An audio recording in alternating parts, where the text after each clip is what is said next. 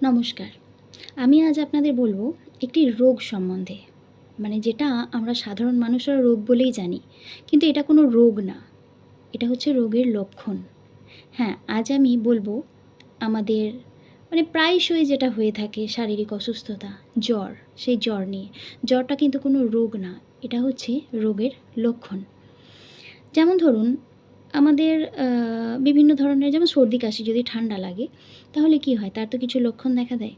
যেমন কফ বের হয়, তারপর কাশি হয়, তারপর আমাদের শ্বাসকষ্ট হয়। তো এগুলো হচ্ছে যেমন লক্ষণ, তেমনি জ্বরও একটি লক্ষণ। জ্বর কোনো রোগ না।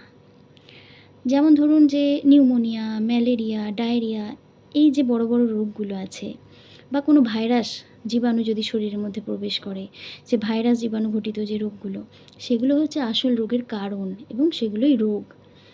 এবং এই যে রোগগুলোর কিন্তু লক্ষণ হচ্ছে জ্বর। জ্বর নিজে কোনো রোগ নয়। তো আমাদের কি হয় না, শরীরে যখন এই রোগগুলো প্রবেশ করে তখন আমাদের শরীর লড়াই করতে শুরু করে এই রোগ জীবাণুগুলোর বিরুদ্ধে। শরীরের সৈন্যদল আছে, সেই সৈন্যদলরা লড়াই করতে থাকে।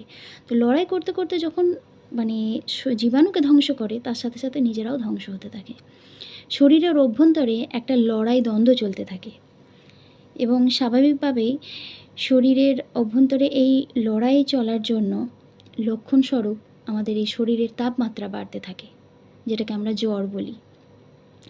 তো এই জ্বর হচ্ছে একটা অ্যালার্মের মতো, সতর্কবাণীর মতো আমাদের সচেতন করে যে ভবিষ্যতে কোনো বড় ধরনের বিপদ, বড় রোগ আসতে চলেছে, যেটা তৎক্ষণাৎ চিকিৎসা করার প্রয়োজন এবং চিকিৎসা করলে সেটা আমরা সুস্থ হতে পারবো। তো এই জ্বর কি হয় না, অ্যালার্মের মতো কাজ করে এবং আমাদেরকে একটা সময় দেয়, চিকিৎসার জন্য সময় দেয়।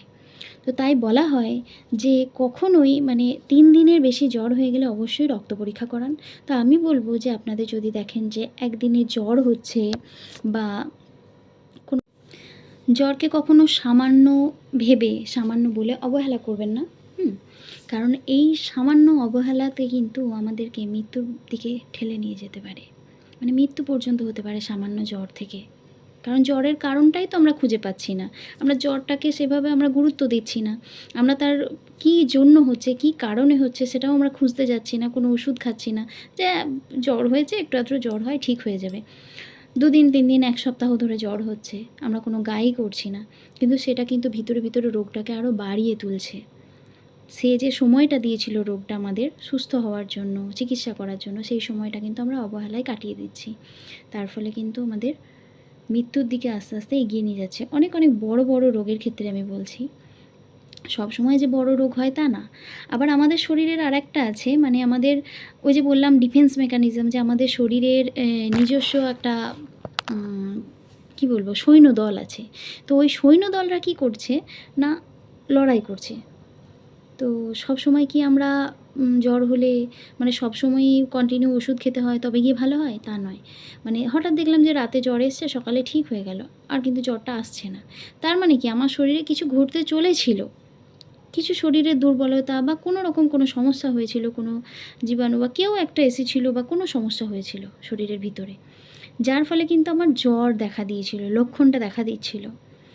কিন্তু আমার শরীরের সৈন্যদল আছে, শক্তি আছে, তারা লড়াই করেছে এবং লড়াই করে তারা জিতে গেছে। জ্বরটাকে যে কারণে জ্বরটা হচ্ছিল সেই কারণটাকে হারিয়ে দিয়েছে, সেই রোগ বা জীবাণুটাকে হারিয়ে দিয়েছে, তাকে ধ্বংস করে দিয়েছে আমার শরীরের সৈন্যদল। তার ফলে কি আমার জ্বর কিন্তু ভালো হয়ে গেছে। ওই জন্য দেখবেন অনেক সময় আমাদের জ্বর হলে ওষুধ খাওয়ার প্রয়োজন হয় না, জ্বর আপনা থেকেই ঠিক হয়ে যায়। তো জ্বর হচ্ছে কোনো রোগ না, জ্বর হচ্ছে লক্ষণ।